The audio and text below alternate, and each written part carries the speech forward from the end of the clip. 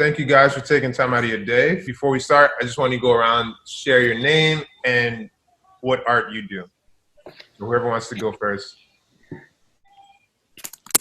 My name's Andrew, and the art that I do is I'm a songwriter, and I like to write stuff, blog a little bit, but I don't know. And I'd probably also consider I work as a pastor at a church, and I'd probably also consider some of my preaching to be part of my creative art and process as well. And then I write haikus sometimes for fun, but no one ever sees those. Oh, okay, cool. I guess I'll go next. I'm Andy Marti, or Andres Marti, but Andy's fine. And I don't, it's funny, the art thing. I really don't, I don't think I'm an artist. I think that I'm artistic, which I guess might be a very artist thing to say to make the difference anyways. but I would say that I'm actually more of a producer.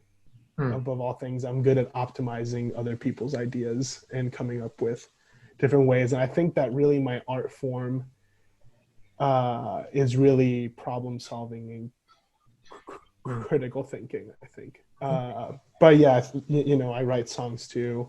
I've written spoken words. I never did them in NIAG. I write poetry. I'm about a chapter into a book I'm writing. And I'm obviously a multi-instrumentalist, and I work as a pastor as well. So nice. All right. And last but certainly not least. Oh, and I preach. So whatever. Yeah, that too. I pastor sometimes. So I'm Ashley. I am a worship leader, a singer, instrumentalist. I also write music, and I'm a lover of photography. Yeah, that's right. All right. Thank you for introducing yourselves. We will jump right into the first question then. What does your creative process look like when you're creating your art? Like, do you have any rituals, habits, or patterns that you usually go through? And we can go through the same order and go with Andrew first. I love my writing to be in the mornings. Honestly, that's like my ideal time. I think just mentally, like I know that's just my most productive hours. I think they say like between like 7 and 11 a.m. or 6 and 11 a.m. is like the most like optimal, like productive time of the day.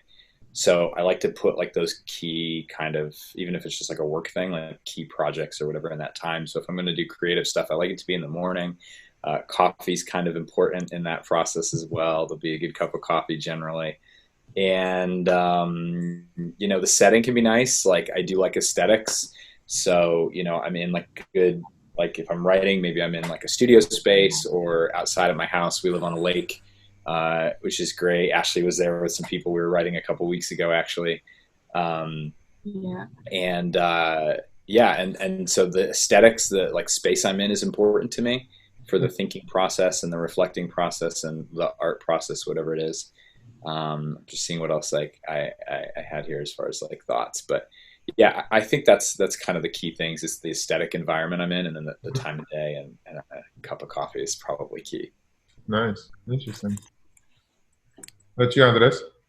For me, I resonate with a lot of what Andrew said. Aesthetics can be key, but I think that our aesthetics, like mine are more like very isolated, very broody, like dim lighting in the dark.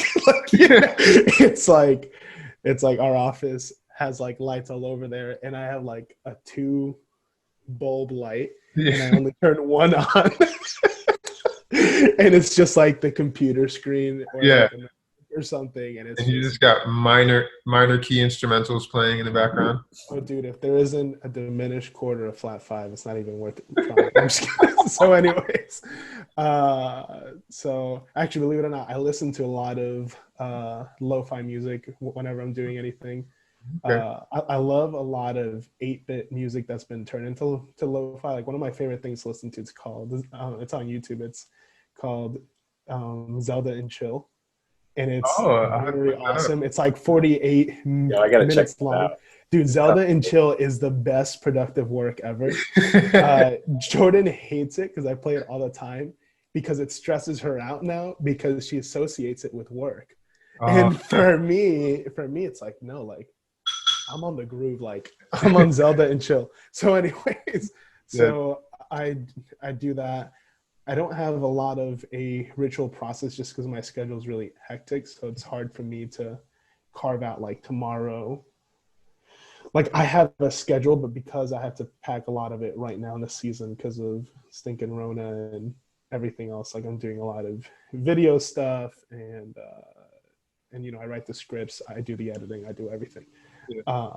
It's just hard to do that. So, but when I'm comfortable, I do stuff in the morning. Absolutely. Like I feel like my productivity, the moment it's past like 12, if it requires a lot of thinking, I can't do it.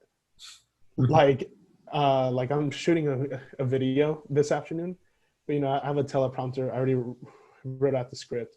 So like, I don't have to think. I just have to like, here we go. Like, you know, and so that's very different. So anyways, I talked a lot. I'm sorry. I'm done. That's fine. Thanks. Ashley. So I have two processes. Similarly, I love the aesthetic vibes, you know. I got the candle, the coffee, like Andrew said. Ooh, and I just spilled it. Great job. No. There goes my vibe. But so there's that with the, you know, the low lights and the jazz, you know, playing on Alexa or whatever. That's when I'm indoors. But my favorite process is being outdoors. I kind of like to think of it kind of like hiking. You know, I there's a challenge of creativity. Obviously, there's like, if I'm gonna sit down to write a song, like I'm freaking myself out. Like yesterday I was just writing with a friend and I was freaking out because I'm like, I don't know what to write about, like I don't know what words or whatever. But when I think of it as a hike or an adventure, because I'm an adventurer, I think of the journey and the challenge of getting to the top of the mountain, and the challenge of falling sometimes and getting dirty sometimes, or not knowing what to write, not knowing what to do along the journey. But being pushed by the thought of being at the top of that mountain and having like the view in front of me, or having the song written, that's kind of like what my process looks like. Just thinking of it as an adventure, or actually making it an adventure and going out and doing it. So that's cool. Just super quick, I have a question for you guys along this that I didn't know if you wanted to talk about this or not. Maybe this is my eightness choosing to dominate this. But I'm curious, what does your process look like when you collaborate with others? That's a good question. Yeah. And the reason why I asked that is because we all are musicians. Yeah. And we all have written a song here and there at least, to being a full out Spotify star like Andrew. And and so I'm just curious, what is collaborating with others doesn't really mean it like? That is definitely your eightness taking over, but I love it. So we're good. Yeah, go ahead. We're going there. E, this is no longer your interview. Yeah, go ahead. What does it look like to collaborate? Welcome to a recording with eights. You know what's so funny about that, Andy, is I actually was thinking about that before this. No, I did too. I wrote it out in my process too. That very question, thinking about process, because it's really different when we're collaborating. Mm-hmm. And I mean, we'll probably talk about this a little later. I'm not a huge like Enneagram person, honestly. So I'm not like really into it that much. But from what I do know, like I know enough to know like eights kind of get a bad rap. And so like eights collaborating, it just sounds like terrible for other people, I guess. But I'm thinking about even like the writing session that we did with a few people a few weeks ago. I'm pretty sure there were a handful of eights there. I could be wrong. Maybe it was just Ashley and I, but there were eights in there. But I think there were a couple others. But anyway, I prefer writing with eights, I guess, in that way. Or maybe I should just say I prefer writing with people who know they can be direct and honest. Like I've written with friends who kind of like, they're not sure if they want to say it's like not a good idea or not. And I just prefer they tell me, like, just say it's not good. We'll move on. It doesn't hurt my feelings. Like we're collaborating together. We want this to be good. So you have to contribute. I contribute. I'm not afraid to say something sounds terrible. So, so you shouldn't be either. Yeah. So I find that to be really, really helpful. But then as like someone who like is much more willing to just kind of dominate and take charge in that way.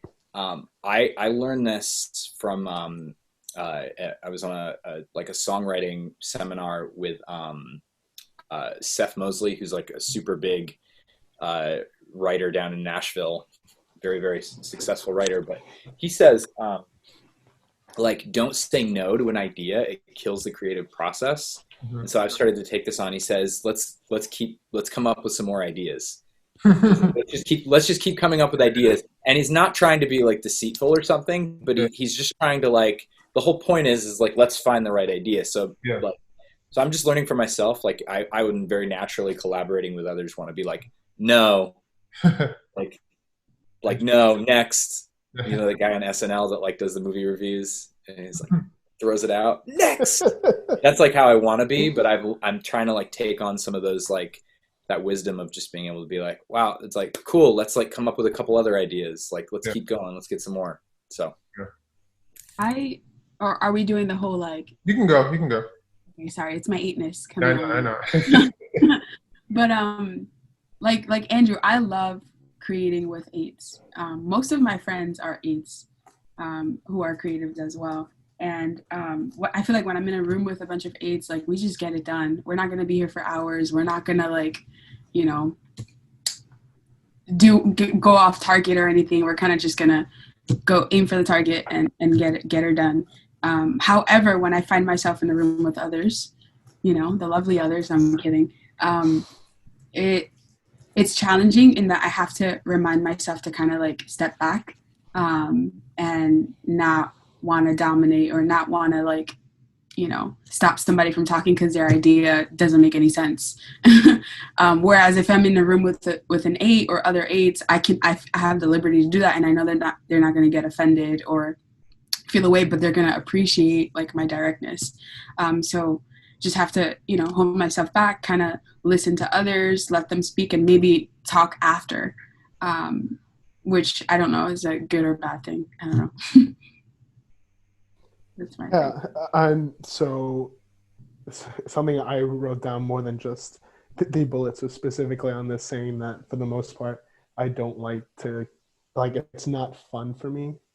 Like, there's 3 tiers for me. There's either, like, I can't do it. It's not necessarily fun, but, you know, it's work and I can do it. And then they're like, this is fun. And I only have fun collaborating with other eights. And then for most other people, it's like, not that when I mean fun, like, I'm not saying it's the opposite of fun. I just mean, like, it's work, you know, you have to do it. It's like when you fold the laundry, like, I'm not going to cry about it, but it's like, you know, have to fold laundry today to get something out of it. So, and I find that when I bring, like, so whenever I do, let's talk about songwriting specifically, whenever I do any songwriting session or really anything creative, you have to come in with something. You have to come in with an idea. You have to come in to work with, like, something. You don't just show up empty-handed, in my opinion, at least. And I think it's hard for me to collaborate with other eights because there can be a lot of that, like, kind of walking on eggshells. Well, you know, I don't like this idea or anything. And to me, it's like, look, we've been here for 30 minutes, 20 minutes of it was drinking coffee. Like, can we drop a verse? Like, you know, it's like, in that sense. And so I'm usually quicker when I'm collaborating with others to throw out my idea entirely and to just work with theirs. So then I can be honest with theirs and then get something out of it, than to try to get feedback on mine, because they might not necessarily be completely honest or anything. And so a lot of the stuff that's mine, I usually just do alone, honestly, or with other eights. And then when it's with someone else, that's where that problem solving, optimizing producer mindset kicks in. And I do like a better job helping others get the best version of their stuff than my own original stuff. That's just me.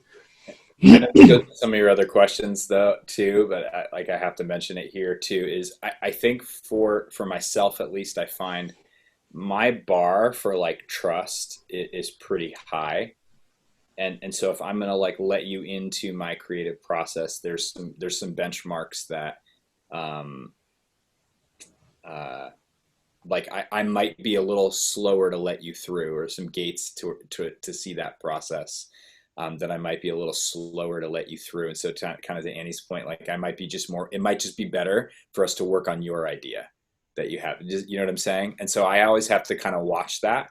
Otherwise, I'm never going to be able to lean into that creative process and practice vulnerability. And I know you're going to ask some questions about this later, but I think those are some things with that are really like important. Is like, am I doing this right now to like really actually like be surrendered and I want to engage with someone else's work, or am I doing this to avoid like the discomfort of having to open up and trust and kind of do that together? Right. I like that. I think that actually, since you brought up the vulnerability, I think we can segue into that question then. Eights are often described as being the least vulnerable of all the types, but creativity itself is an inherently vulnerable process. So what does vulnerability look like for each of you when it comes to creativity, and how do you handle it when it comes up? Yeah, I mean, just piggybacking off of what Andrew just said, vulnerability is really hard. I think that's where I think even for me, when I say that I'm more a producer than an artist, it really has more to do with it's less vulnerable to be a producer. And I've done that so much that I'm just much better at it.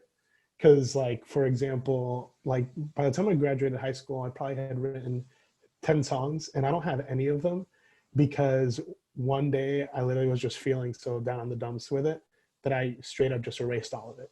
And so there's all these songs that I wrote that I never showed anyone, that I like know what they were about, but I don't have like the chords or the lyrics or anything, just the idea behind it. And that was just kind of this rash, you know. Obviously I think I'm more emotionally intelligent now and have a better EQ now than what I did then.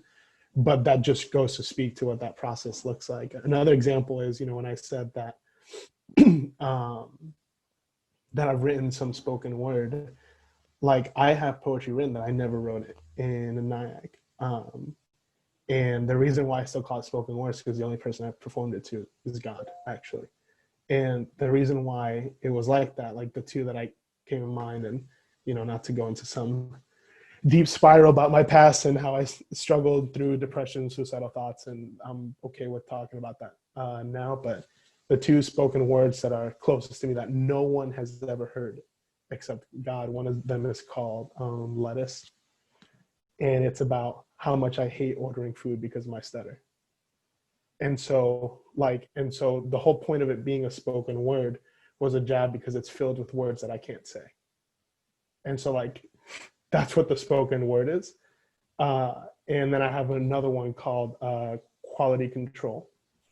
And it was all about like all of my flaws from my point of view of being a product made by a company, AKA God, and how could I have passed quality control inspection. Wow. And so that kind of what it's all about. But I won't even say as an 8 as how God made me, whatever that's 8 or red, green, or whatever, you know, INTJ or whatever. I would never perform those in front of anyone else. And really only Jordan has even read those. And it was even really hard for me to let her into that. Yeah. And so like, yeah, absolutely. Vulnerability is really hard. And I think that for me, at least, the reaction to that is that I don't really write a lot of songs anymore. I write more instrumental stuff because, as weird as it sounds, but I don't find myself feeling strongly enough, like within myself, to write, you know, to gush over some lyrics. I genuinely think that like someone else probably wrote some better songs, some better words out there, and I can probably just make the music better. Like, you know, that's kind of how I feel about it.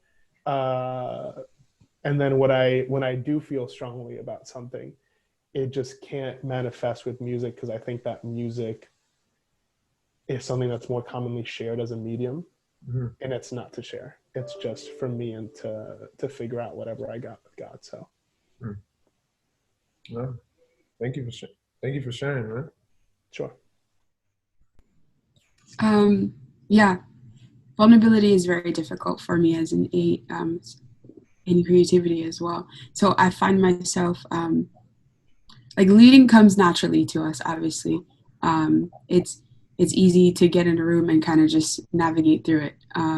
So when I'm amongst other people that I don't necessarily trust or have developed a certain level of relationship with, I can hide sometimes behind leading, because I don't have to be vulnerable when I'm leading in certain scenarios, of course. I could just, take charge and that's it. I don't have to show emotion. I don't have to show what I'm feeling or thinking, because in my head as a leader, that emotions and leading is two different things. But if I'm in a room with, creating with people that I trust and that I know, or amongst other 8s that I know understand me, I can kind of let my guard down, and I can just be myself. I can show my emotions. I can feel things, or I allow myself to feel things because I feel like I can trust them. So that's one thing. And the other, on the other hand, I find that if I'm not spending enough time with Jesus, like, I'm not allowing myself to be vulnerable in general. So for instance, as a worship leader, that's one of the key things to leading worship is vulnerability. Like, when you're on a stage, you have to let your guard down. Otherwise, it's like you're kind of just standing up there faking it, or guarding yourself, which doesn't get you very far in leading worship. And so if I'm not intentionally spending a lot of time with Jesus in my own personal and intimate time, then I'm constantly guarded. I'm constantly protecting myself, protecting my heart, and it stifles creativity within me. So, like, I just have to always find myself in a place where I'm on my knees before Christ, and surrendering the emotions that I've repressed throughout the week for the sake of leading. Yeah. Wow. Thanks for sharing. Yeah, I think the surrender thing is really key. To everything. I don't know, like, I'm not deep into Enneagram stuff, but the one thing I have found very helpful for me personally is kind of how the 8 is known for being kind of brash, like Ashley said, is like it's like the front so we don't have to show what's underneath. But I think we're probably can be some of the most sensitive people, and that's the need for it. And I think that is surprising sometimes to hear, but that strong kind of brashness is really just cover, when we're honest, and there's a deep well of sensitivity there. And so yeah, surrender to me is kind of the whole thing with it, and learning how to be bold in our in vulnerability there, instead of being brash in kind of being insecure. Yeah, even speaking into what Ashley said personally, like, I don't know how you guys feel about it, but Andrew, you were worship pastor for a while, and Ashley, that's what you're doing now, and that's what I'm doing now, and we've all led worship in other contexts too, with different styles of music and all kinds of stuff. Everything from the Chris Tomlin "Our God Is Greater" to Be a Ty Tribbets, and with Latin music in between. So, like, and still I find myself, like, I prefer still to go to a venue and do a 6-song set list, to basically do a gig, than to lead worship. And it's not really showboating or anything. It just has more to do with the amount of vulnerability that I need to have, because I can't show up to a Sunday and not be vulnerable.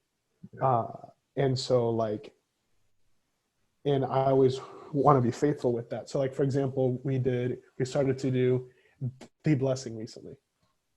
And so like, I really was hesitant on that song because I don't like to sing songs that I don't mean. Honestly, like just kind of put it straight up. You know, there's certain songs that don't really move me, but I know move others, and I'll just put someone else to lead them. Like, you know, and I'm happy to help and, you know, and educate that person, help them become a better leader. But in The Blessing, there's, you know, kind of repeats this part that says he is for you. Like that was a really big struggle point for me, especially because you can't gloss over it. Just like vamps on it.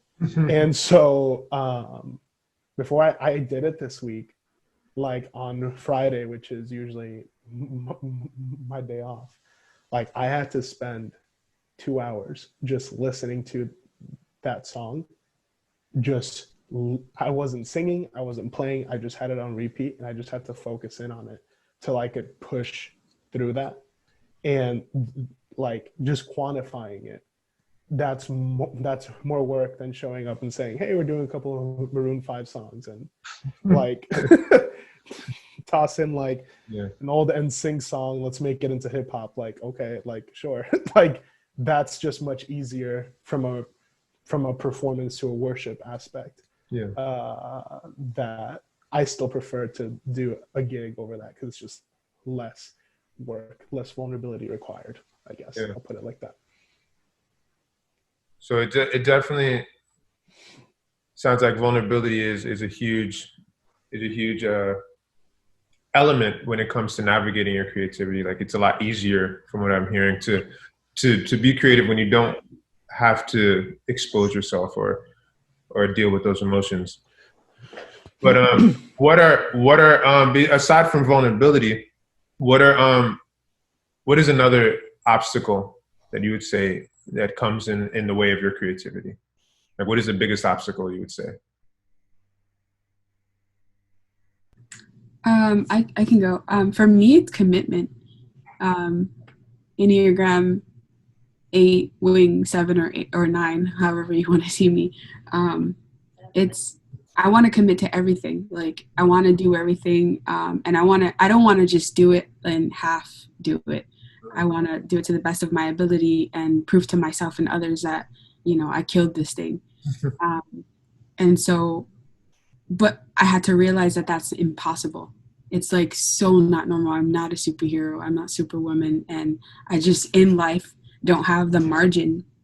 And so, yeah, the biggest obstacle for me when it comes to creativity is just wanting to commit to everything that's creative, or just everything in general, because, you know, that sounds really cool. I'm going to do it, like a shiny object, like, ooh, I'm going to do it. And so I've just, in this past season, I've had to realize, like, I need to pull back and say no sometimes to the really, really fun things or the cool things that sound like it's going to boost my energy. But what good is committing to that and not doing it to the best of my ability, or it take up so much time that it drains me of energy, you know?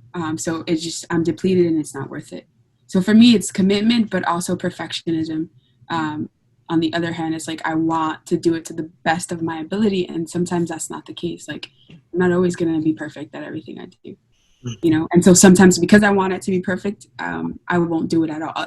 Something that is placed, an opportunity placed before me that would be great for me, I don't want to do it because I don't think I'm good enough or whatever. So for instance, Andrew hosted a writing session the other day at his house, and I wanted to say no so bad because I'm like, I'm going to be in a room with a bunch of great people that have been writing for years and are so seasoned in this. I'm going to say no because I'm not going to be perfect. But I had to push past my own perfectionistic ways and say, you know what, I'm gonna say yes. I'm gonna be bold and say yes.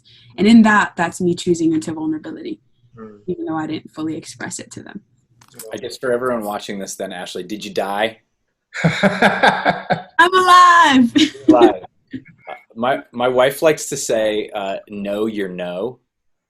Like, what are you saying yes to? But more importantly, what are you saying no to? And know why you're saying no. And so like that's a great example of like having opportunities. I'll be honest, like that. Kudos to you, Ashley. You're better than I am with this, because I've got to be honest. Like I have said no or backed away from things so many times. Like I've reflected on that could have been that I only said no to, not because like I didn't have time, but because I was like, I am going to be the worst one in the room, and I can't handle that. And so to me, it always just still is going to go back to the same thing about surrender and humility, because I think that's ultimately like the biggest struggle. And I've got to be okay with sharing my baby. I've got to be like, is really like me being offended or me like getting my pride wounded? Is that really like too big of a cost to grow? Is that really too big of a cost to, to put an idea out there and be okay with like not being perfect at it? And so I still like fight with that like all the time, and like wanting to back away from things, and being unsure of is it okay for me to be in this room with these people? And like I had an experience 2-3 years ago where I was in the room with some pretty incredible people, and it was tough. It was actually like I was so uncomfortable, and I like clammed up and shut down. And I think there was an opportunity to grow and learn that I've learned from in a different way now. But I was like, man, I really think I missed an opportunity not being vulnerable there. And,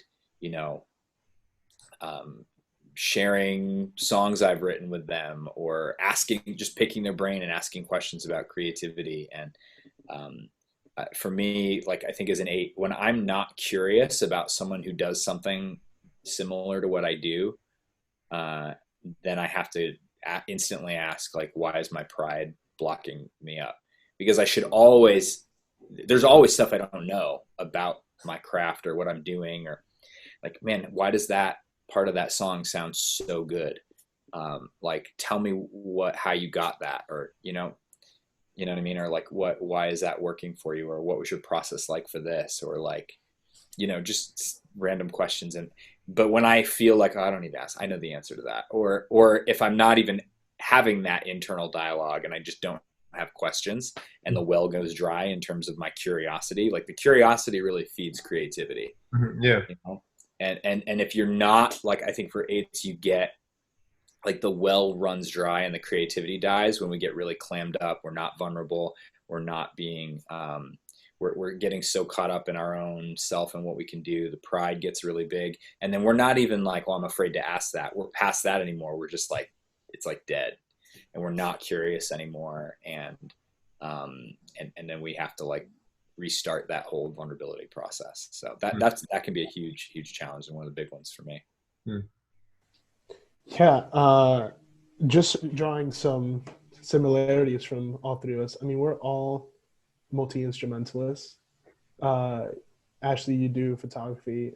I do some photography on the side. I do some, I've been kind of thrown back into doing videos and that kind of post-production work. And Andrew, I know you're familiar with that too. And I'm curious if a connection of ours has to do with being a jack of all trades.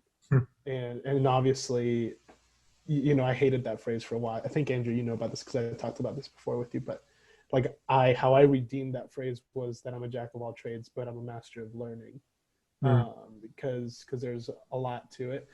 And contrast to the specialist, right? There's that saying that says that when you specialize, you learn more and more about less and less until you know everything about nothing. Like, that's kind of the idea. It gets so concentrated and so pinpointed that it's almost insignificant in the grand scheme of things.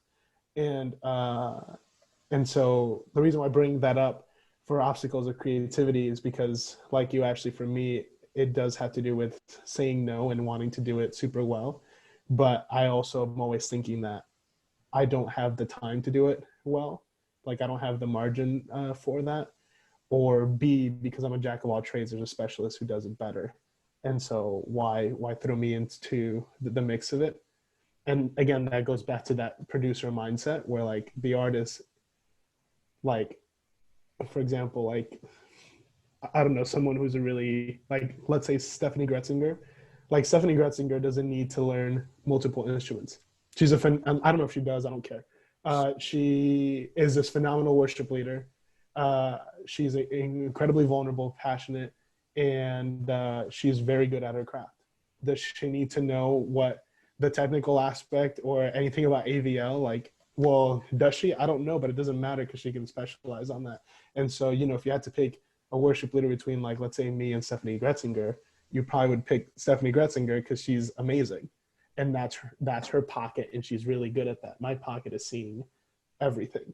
And so I think I write myself off often because of that, mostly because of time and because I want to do it well, because I see a lot of the big picture and I know what well looks like. Then I also feel like I write myself off and say, well, someone else can do it better.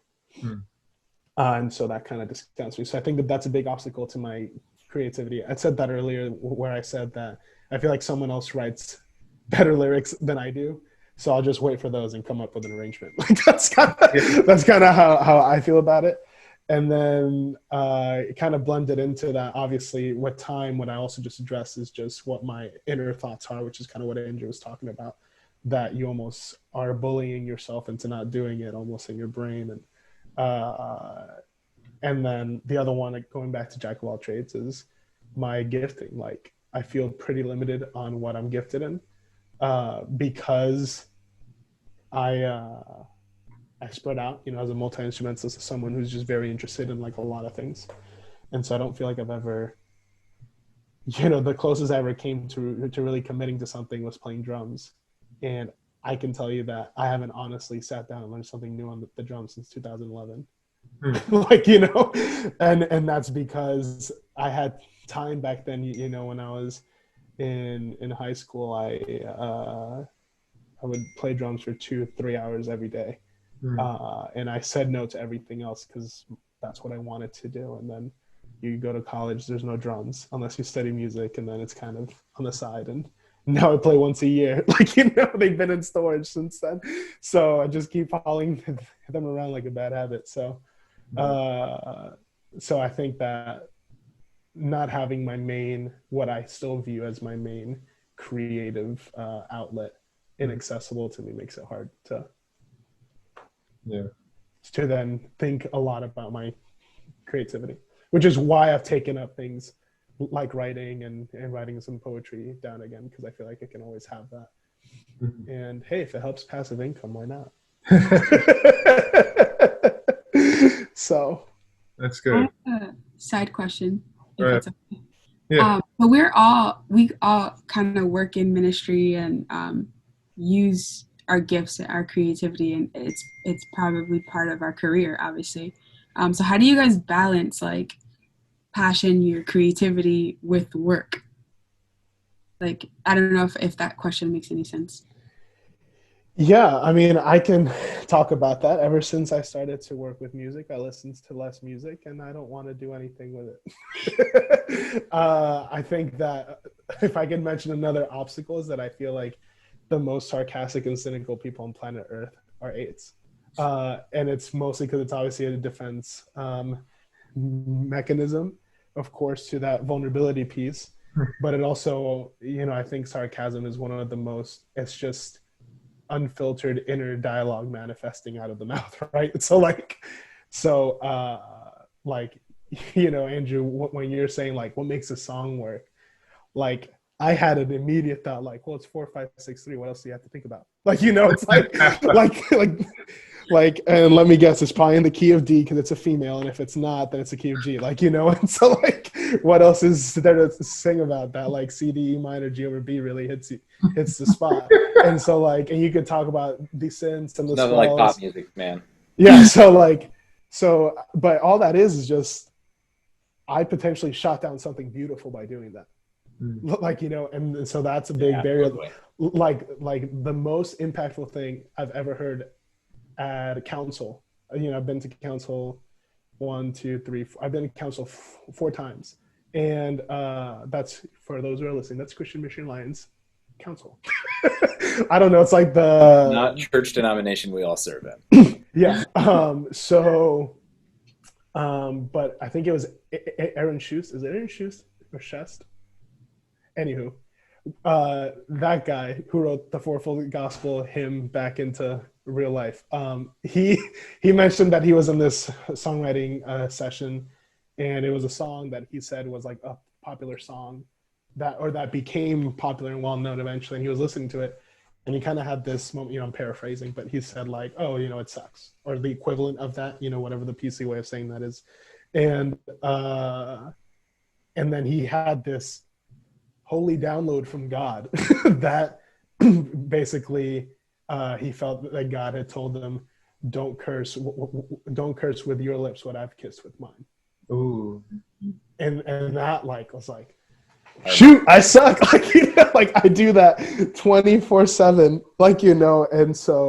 and that was a really convicting moment for me, because that was a big sarcasm check for me when it comes to music, and like the 6/4-1/5s and the 4/5-6/3s and like the 1/4-6/5s and all of those chord progressions that are very common in every CCM song. So I think that sarcasm bit can really wreck your creativity if you let that really just be the driving factor, because then you don't want to write, you just say, well, there's only 12 notes anyways. How am I going to come up with something original? So, Andrew, do you want to take a stab at it? One thing that's really important is, especially like when I was a worship pastor and I was leading worship week in and week out, you can't confuse platform time with presence time. And we spend so much time on the platform and so much time leading worship, we can confuse that really easily as being the same thing as intimacy with God. And so that helps me think about what I'm doing on the platform is a creative expression, or what I'm doing, recording this or that, or sermon prepping, or all these things. These are good creative processes, but they're not, that in and of themselves, they're not time with God. I can be meeting God in the midst of it, and it can be really meaningful in that way. And I heard once someone say, like, we got to start teaching carpenters not that their role in the church isn't to like stop drinking and smoking and rioting on the weekends. Like, we have to teach carpenters that their role in God is to make good tables. So and so I think about it that way. Like I have a role where like I've got to do good work. I've got to work on my craft and produce good music, but in and of itself isn't the same thing. And we say this for any other career. Like it doesn't replace time with God. And so how does that go into like balancing? I try and do things that have nothing to do with like worship leading and music and stuff like that regularly. So we're really committed to Sabbath as a family. So my wife and I, we have a almost 20-month-old, and so Saturdays is like shutdown day. So like usually Friday evening to Saturday evening. So I don't usually even have my guitar in the house. It's usually in my office. If I play something, it's just because I want to, kind of fun, but I'm not going to sketch out an idea. And if I get an idea, I don't write it down. For the most part, I just try and like let all of that rest. I've not been as good at this lately, but I spend time reading like something that's not particularly helpful to my career or ministry, or even like my personal development. So like I'll read like a novel.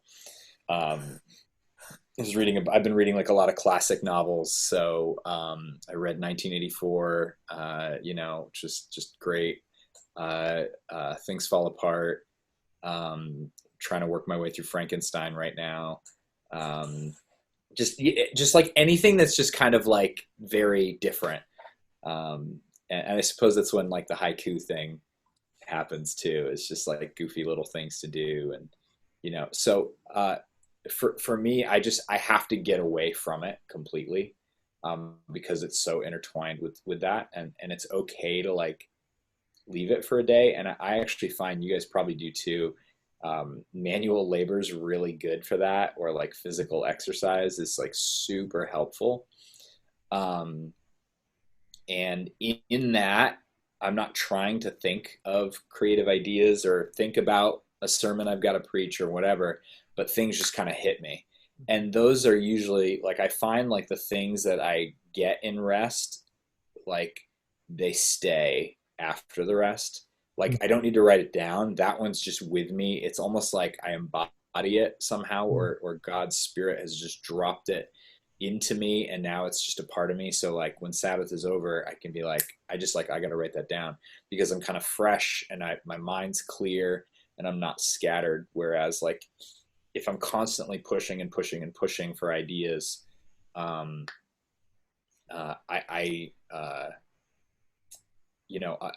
just run dry. Like the kind of the picture in like the Bible in the Old Testament, for those people who are, read the Bible or familiar with it, God told Israel to like let their fields lie fallow every 7 years. Like don't plant the field, don't sow it, don't put anything in it. And a lot of times I find that's, and there's I can't remember the passage, but I think one of the Psalms is like reflecting on that idea, or one of the prophets, and they're talking about, don't do it. It's actually going to help and benefit other people. So just spend a season benefiting other people. Don't think about this process here. Just let it rest.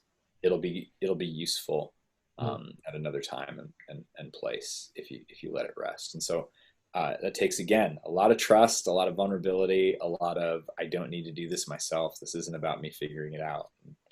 Stuff like that. So I approach it. It's very much connected to things like rest and getting away from the work and from the office, and putting myself in a different kind of headspace. That's really good. Well, you guys have been really fascinating and really insightful. We have time for one more question, and for the sake of time, I want you to answer this in one sentence, like as concise as you can be, not necessarily a 1,000-word sentence, but one phrase. If there's one thing you'd like to say to encourage other creative eights out there, what would you say to them? It's going to be hard to do that in one sentence.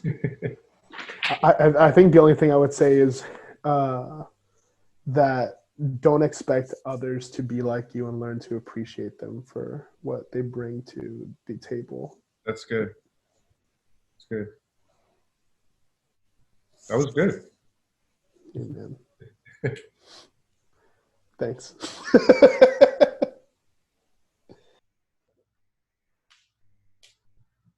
What about you guys? You have to learn how to expand the circle of people that you are willing to be vulnerable with. Okay.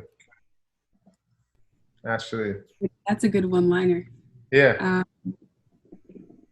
I would say just remember that you're perfect in weakness. And so, spend time with Jesus. And if you can't find a group of people that you can be vulnerable with, spend time with Jesus and be okay with being weak in the presence of Christ. That's good. So appreciate others, expand your circle of vulnerability, and spend time with Jesus in your weakness. That's good stuff. Thank you so much for your time. And I know that many other creative eights and other creatives will be able to learn a lot from everything you just shared. So thank you so much.